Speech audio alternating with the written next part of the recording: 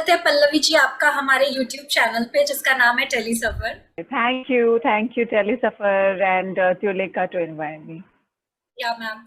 Ma'am सबसे पहले हम आपसे ये जानना चाहते हैं कि आपकी डांसिंग जर्नी कहाँ से शुरू हुई और वो क्या ऐसी चीज थी जिसने आपको आज तक डांस के लिए मोटिवेटेड रखा है। और डांसिंग जर्नी कहूँ तो मैं तो बचपन से ही डांस कर रही थी, ऐसे ही डांस करती थी। तो मेरी माँ ने एक्चुअली मुझे और मेरी बहन को डांस क्लासेस में डाला था। तो कथक की थोड़ी बहुत ट्रेनिंग ली मैंने बचपन में। फिर स्कूल में थोड़ा डांस किया, ऐसे ऐसे करते करते ऐसा मौका आया जहाँ पे 12th के बाद I I was looking for a job, क्योंकि मैं घर संभाला था, थोड़े फाइनेंशियल इश्यूज आ गए थे। तो मैं जॉब ढूंढ रही थी 12th के बाद। तो मेरी एक फ्रेंड ने बोला कि अरे देयर इज शो है, तो आप करोगे क्या एज अ परफॉर्मर? ऐसे हाँ, ऐसा होता है, ठीक है। तब मैं फिर वो एनरोल हो गई वो शो में, तो कोरियोग्राफर के साथ, मतलब उनको मेरा डांस अच्छा लगा और फिर वहां से मेरी डांसिंग जर्नी स्टार्ट हुई। तो I started as a background dancer. फिर धीरे धीरे बहुत साल मैंने बैकग्राउंड डांसिंग की बहुत सारे कोरियोग्राफर के साथ। फिर उसके बाद मतलब असिस्टेंट असिस्टेंट किया मैंने, और ऐसे उसी में मैं थोड़ा अच्छा काम करती रही। मैम मोटिवेशन क्या था आपके लिए इतने लंबे टाइम तक डांस को परस्यू करना, क्योंकि बहुत सारे ऐसे लोग होते हैं जो as a hobby as a शौक इनिशियली डांस करते हैं, फिर उसके बाद वो चीज कहीं खो जाती है। तो वो मोटिवेशन क्या थी? क्या आपसे डांस कभी छूट नहीं पाया, या फिर वो जी एक जी। चीज थी आपकी लाइफ में जो मतलब जिसके बिना आप रह नहीं सकती थी? वो क्या चीज थी? डांस ही ऐसी चीज थी। एक्चुअली जब भी मुझे पता चला कि आई एम इनटू डांस, तो वो मतलब ऑटोमेटिकली डांस मेरे साथ ही। एक होता है ना कि उतना पता नहीं चलता था तभी, डांसिंग एज अ करियर था भी नहीं, बट होते गया। तो एक भगवान ने दी हुई कला मैं मानती हूँ कि जो मोटिवेट करता है कि मुझे मेरा घर संभाला था, तभी मेरा मोटिवेशन ये था कि मुझे मेरा घर संभाला है। बचपन में शौक था कि मुझे क्लासिकल सीखना है या ऐसे। बट जब मुझे समझ में आया तब मेरा डांस एज अ करियर हुआ। तो वो मैंने प्लान नहीं किया था, बट इट जस्ट हैपेंड। तो मेरा मोटिवेशन ही ऐसा है कि डांस ने ही मुझे आज तक जो है वो बनाया है। तो बस यही है। Ma'am do you feel lucky कि उस टाइम पे जब पेरेंट्स डांस को इतना ज्यादा तवज्जो नहीं देते थे एज अ करियर, आपकी मॉम ने, आपके पेरेंट्स ने आपको कथक क्लासेस के अंदर या जो भी क्लासेस या के अंदर आपको डलवाया, तो how do you see that? मैं मुझे अभी बहुत अच्छा लगता है कि डांसर्स को एक रिकग्निशन मिलती है, क्योंकि पहले अरे लड़की डांस करती है मतलब इतना अच्छा नहीं माना जाता था, या फिल्म इंडस्ट्री से हो तो वो अच्छा नहीं माना जाता था, या डांसिंग एज अ करियर कभी नहीं था। पर अब जो कि मैं देखती हूँ कि ये सब रियलिटी शोज की वजह से, या हमें आज एट थर्ड जनरेशन में, मुझे आज आज डांस दीवाने ने मौका दिया है। तो वो एक बहुत बड़ी बात है, एक बहुत बड़ा प्लेटफॉर्म है, और आज की तारीख में डांसर्स का एक नाम होता है। So I feel proud of that. Okay, so my next question वही है कि डांस दीवाने के लिए आपने कैसे अपने आप को इतने सालों के बाद प्रिपेयर किया? What happened just before dance दीवाने कि आपने सोचा कि मुझे एक रियलिटी शो के अंदर या वापस से अपनी कला को परस्यू करना चाहिए? ऐसे था कि मैंने एक्चुअली डांस छोड़ दिया था, बहुत साल हो गए थे। मैंने सोचा बस मैंने बहुत डांस कर लिया, तो अब मैं मेरा बच्चा संभालूंगी। बट ऐसे हुआ ना कि बहुत साल हो गए, मुझे लगता था यार कुछ तो करूँ यार, मैं ऐसे तो बैठ नहीं सकती, because I was always independent, I was never dependent on anyone.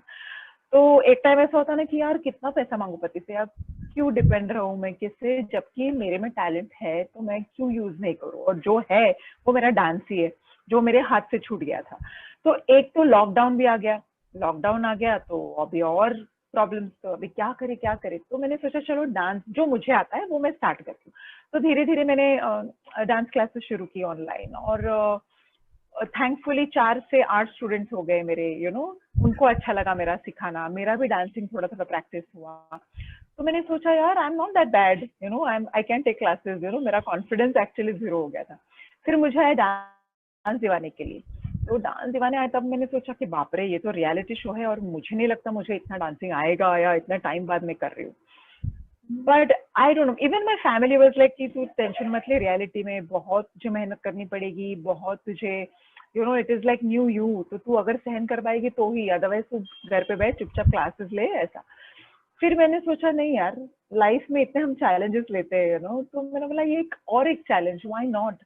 To see myself there, तो मैंने वो एक्चुअली एक बड़ा निर्णय था मेरी जिंदगी में, जो मैंने, मुझे अभी लगता है कि वाओ मैंने एक अच्छा काम किया मेरे लिए। तो मैंने सोचा नहीं, पहले भी आपके लिए हमेशा आपने दूसरों के लिए परफॉर्म किया कि मेरी फैमिली संभालनी है या ये करना है। अब ये मंच पे मैं मेरे लिए परफॉर्म कर रही हूँ, ये मेरे लिए बड़ी बात है। और ये पूर्ण मेरा निर्णय है कि मैं डांस दीवानी कर रही हूँ और मेरी सेकंड इनिंग बहुत अच्छी जा रही है। Ma'am all the best for the second inning.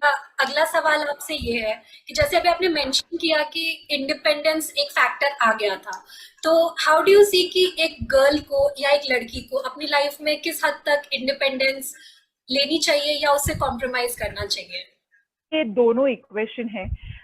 Yes of course financially independent होना बहुत जरूरी है आज के तारीख में। ऑफ कोर्स फैमिली फैमिली पे डिफर करता है, बट मुझे ऐसा लगता है आप काम भी अच्छा कर सकते हो, आप घर भी अच्छा संभाल सकते हो, और आज की नारी है आई थिंक वो दोनों बहुत अच्छे से संभाल पाती है। और यस फाइनेंशियल इंडिपेंडेंस बहुत इम्पोर्टेंट है।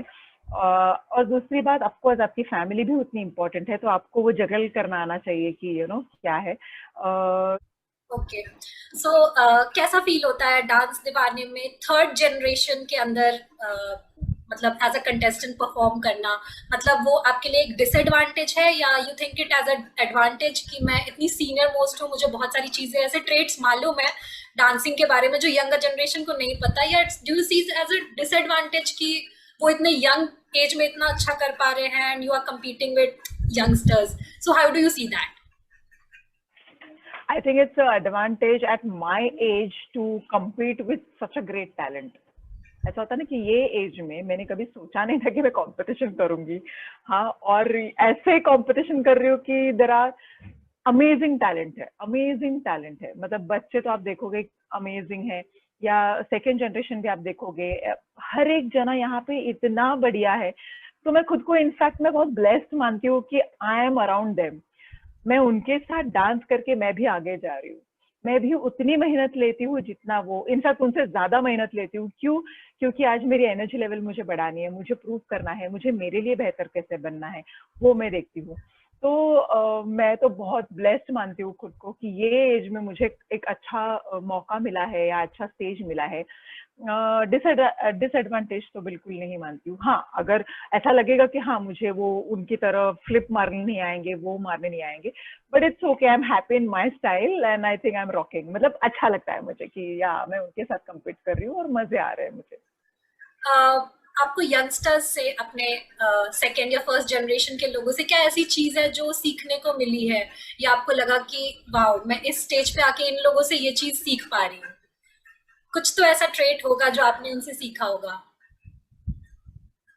फर्स्ट जनरेशन से आई थिंक उनका ऑनेस्टी, इनोसेंस, एक होता है ना फर्स्ट जनरेशन का जो इनोसेंस है ना, वो बहुत प्यारा है। मतलब कितना भी लगा, कितना भी क्या, दे विल कीप प्रैक्टिसिंग। अगर उनको नहीं अच्छा लगा, हाँ नहीं अच्छा लग रहा बट हाँ मैं फिर भी करूंगा। तो उनका जो इनोसेंस है ना, मुझे वो बहुत अच्छा लगता है। Very sweet, very innocent. They don't know क्या हो रहा है।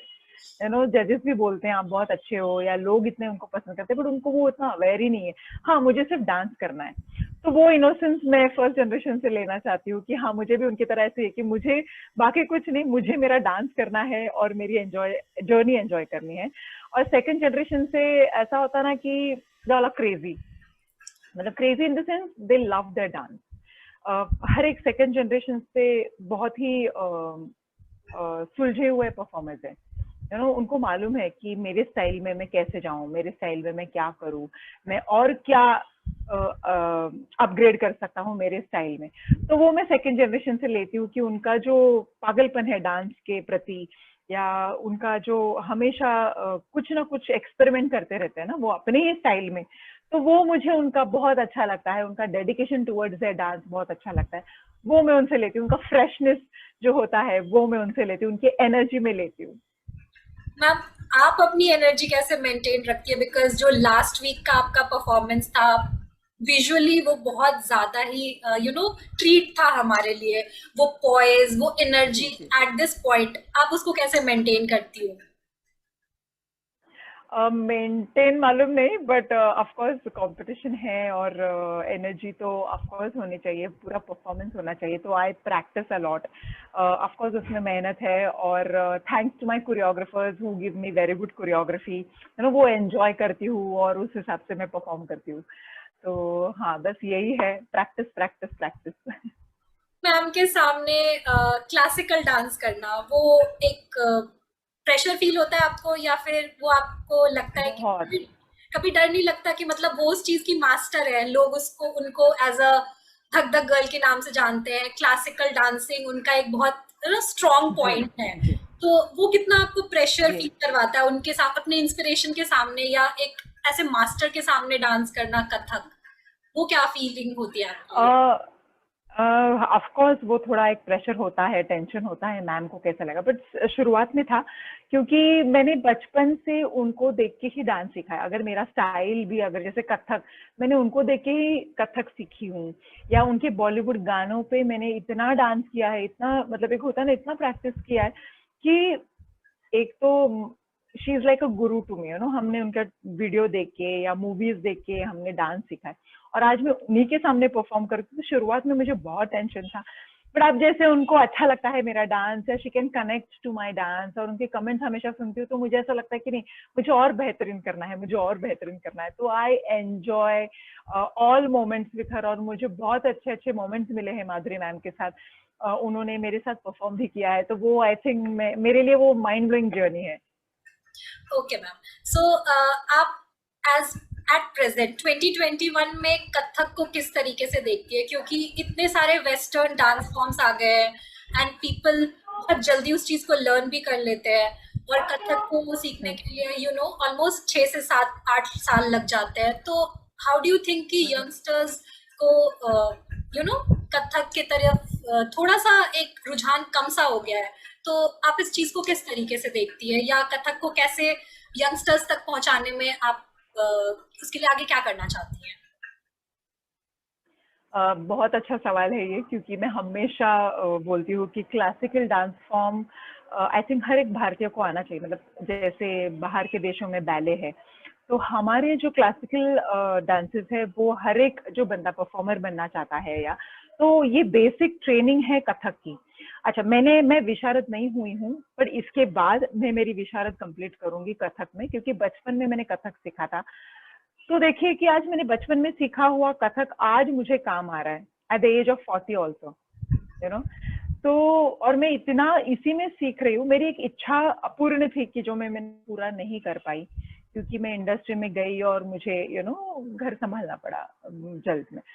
तो अब जाके कथक ही मेरे काम आया है, बॉलीवुड में कर सकती हूँ, मैं दूसरे स्टाइल भी कर सकती हूँ, बट कथक जो मैंने बचपन में किया था वो आज मैं करती हूँ। तो आप अगर मेरी जर्नी देखोगे तो आपको पता चलेगा कि क्लासिकल फॉर्म कितना मैटर करता है। आपको एक डिसिप्लिन देता है, आपको एक ज्ञान देता है about our culture, about our music, about our dance, about our postures. एक डिसिप्लिन आ जाती है बॉडी में। तो वो मुझे ऐसा लगता है कि बहुत अच्छा होता है क्लासिकल फॉर्म सीखना। और अगर मैं थैंक्स टू डांस दीवाने कि मुझे मतलब इस बार का फॉर्मेट भी ऐसा है कि आप एक ही स्टाइल करते हो, बट उसमें ही आपको एक वेरिएशन लाना है, बट आपका जो स्टाइल है वो आपको नहीं भूलना है। तो वो एक मुझे लगता है कि एक बहुत अच्छा प्लेटफॉर्म है क्लासिकल परफॉर्म के लिए। मैं सेमी क्लासिकल बहुत ज्यादा करती हूँ, तो आगे भी आप देखोगे कि उसमें और भी मैं कथक करूंगी, या मेरे साथ जो आगे आएंगे परफॉर्म करने के लिए उनके साथ भी मैं कथक करूंगी। तो बहुत अच्छा लगता है कि आज मैं एक semi classical and classical art form को लेके आगे जा रही हूँ, competing with all other styles. और मेरी वजह से एटलीस्ट थोड़ी बहुत लोगों को लगेगा कि हाँ बाबा, हमें क्लासिकल सीखना चाहिए, कि वो एक टच है, लोग एंजॉय करते हैं देखना।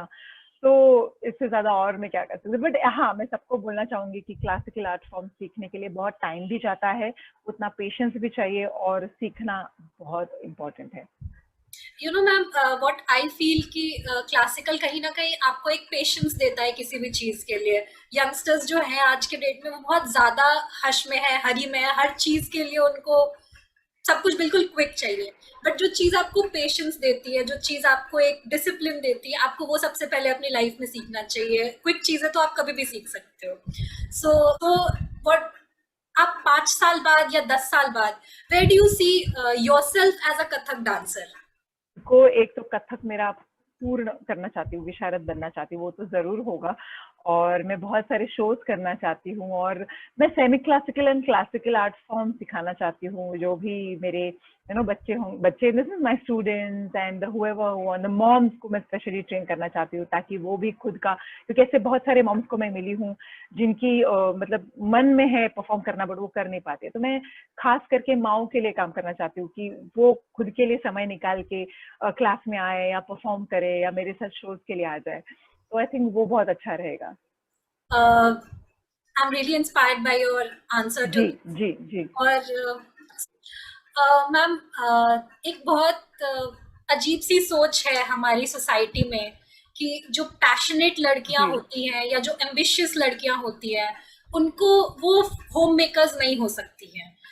जो अपना पैशन फॉलो हम्म, करना चाहती है, लोग उनको एज अ घर की बहू नहीं देखते हैं। तो इस जी सोच को जी जी जी आप किस तरीके से देखती हैं, या लोगों को इसमें कैसे बदलाव करने चाहिए?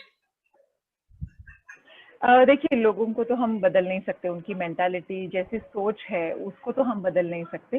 पर हम खुद को, मतलब एक होता है ना कि हम किसी और को तकलीफ नहीं देंगे, हम अच्छे से हमारा घर भी संभालेंगे, हमारा परिवार भी संभालेंगे, हमारा करियर भी संभालेंगे।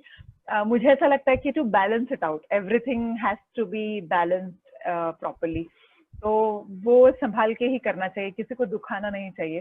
और खुद को भी फर्स्ट प्रेफरेंस देके अपनी फैमिली परिवार को संभाल के आज औरत को आगे बढ़ना है, सबको संभालते हुए। मैम, आप ये कैसे करती हैं? वर्क लाइफ और फैमिली लाइफ को आप कैसे बैलेंस करती हैं?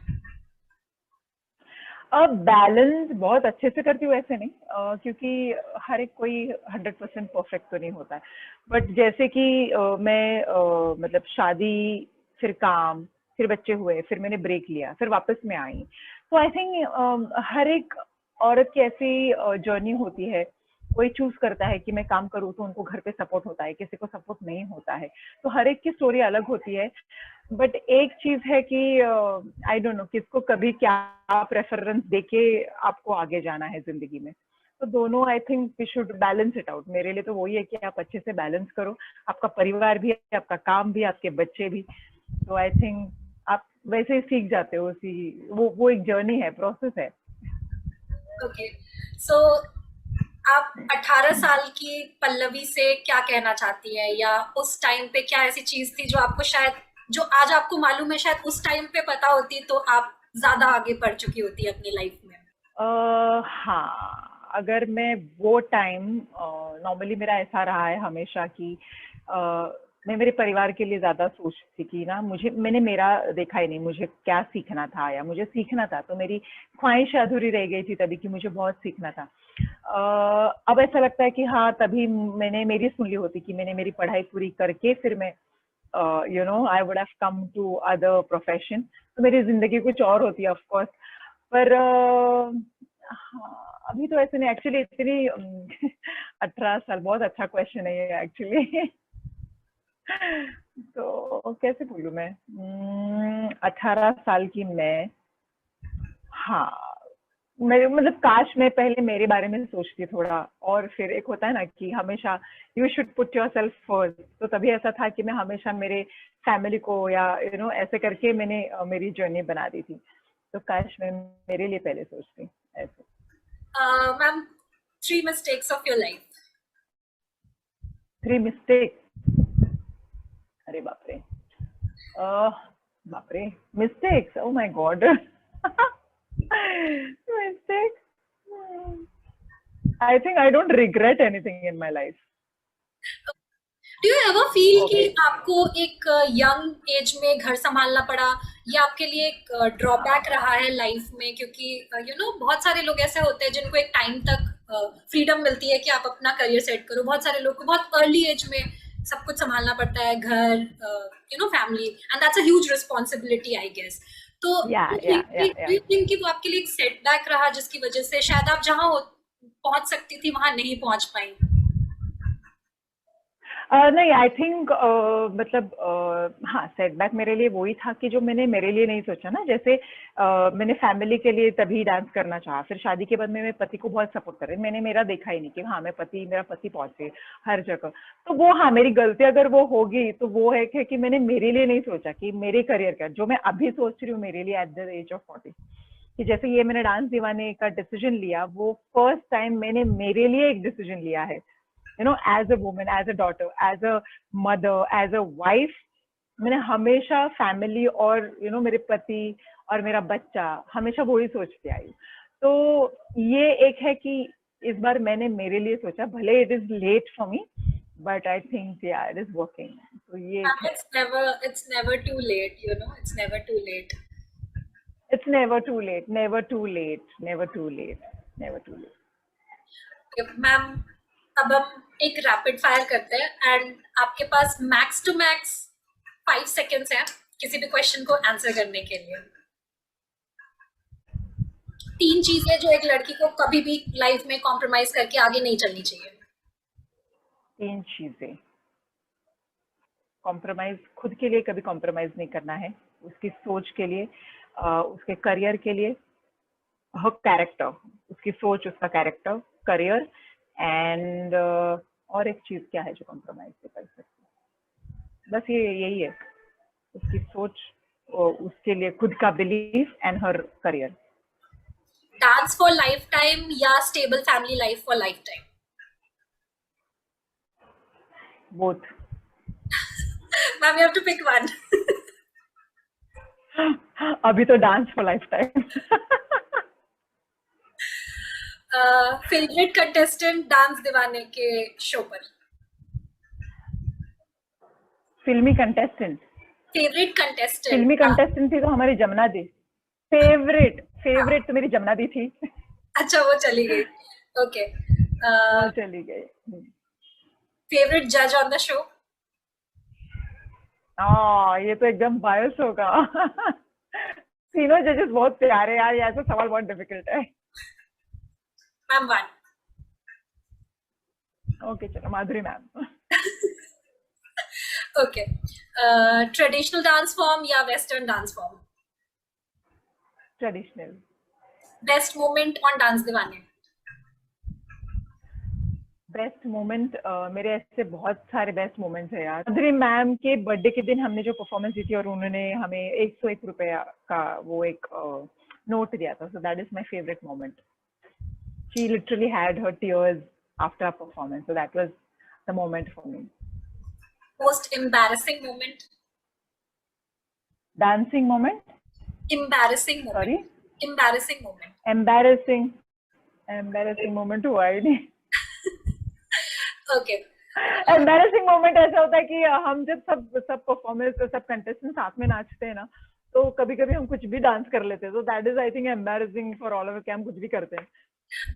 हाँ हाँ हाँ, ओवरनाइट? हम ऐसे ही कुछ भी कर लेते हैं। ओवरनाइट स्टार या slow success? Sorry, overnight success और ओवरनाइट स्टार, आप ओवरनाइट स्टार बनना चाहती है या you want gradual success, slow success? Gradual success. Why? Sorry, क्यों? Slow and steady wins the race. You know, fame हर किसी को चाहिए, ओवरनाइट हो सकता है, क्यों स्लो सक्सेस? स्लो नहीं, स्लो जो होता है वो स्टडी होता है और बहुत सालों तक रहता है। तो मैंने इंडस्ट्री में बहुत देखा है कि जो ओवरनाइट हो जाते हैं, उनके एक्सपेक्टेशंस हो जाते हैं, खुद से एक्सपेक्टेशंस हो जाते हैं और वो ज्यादा सस्टेन नहीं कर पाते। तो मैं सोचूंगी कि मैं धीरे धीरे ग्रो करूं, बट बहुत देर तक चलूं। तो I don't mind to be a gradually success, not slow but gradually, step by step to the milestone. Okay ma'am, बहुत ऑब्वियस सा क्वेश्चन, आपको अपना नाम नहीं लेना है इसमें। जी जी। Who do you think winner of Dance Divane 3 would be, other than you? Okay, other than me, there is Gunjan, there is Arundhati. Hello everyone, I am Pallavi Tole and I am on Telly Safar with Tuleka. Please love our video. Please like, share, and subscribe Telesuffer and our video. Thank you so much.